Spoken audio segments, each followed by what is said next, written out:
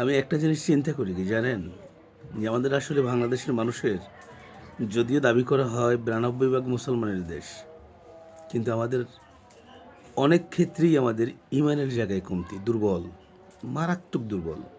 কারণ আমরা কিছু কিছু জায়গায় এমন আছে যে আটকে যাই গেছি, যে ওখান থেকে আর বের হতে পারি না। যেমন রাজনৈতিক হিসেবে যদি আপনি ধরতে যান, সেখানে কিন্তু মুসলমানের ইমান নেই। কারণ হলো এই মুসলমানগুলি দেখবেন দিন শেষে ঘুরে ফিরে দুটো দলের কাছে তারা মানে আকিদাগতভাবে বিশ্বাসী। যেমন বিএনপি মুক্তি দেবে, আওয়ামী লীগ তাদেরকে রক্ষা করবে। মানে এই ধরনের যে সিচুয়েশন পাবলিকদের, মুসলমান তারা তারা দিন শেষে চিন্তা করে যে বিএনপি ছাড়া আমরা ভালো থাকতে পারবো না, আওয়ামী লীগ ছাড়া আমরা ভালো থাকতে পারবো না।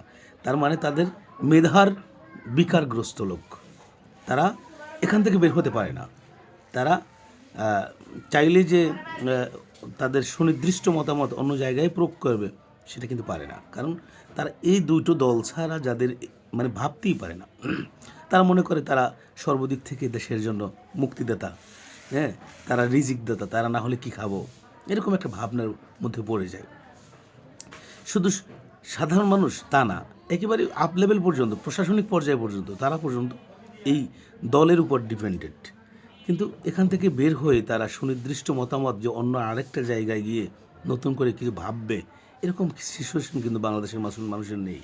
কারণ এরা আকিদাগতভাবে বিশ্বাস করে যে বিএনপি ছাড়া আমাদের কোনো উপায় নেই। তা না হলে আমরা এদের অবস্থা দেখছি, এদের চরিত্র জানার পরেও ঘুরে ফিরে এই দলকে আমরা সাপোর্ট করি। আমাদের লজ্জাও নাই।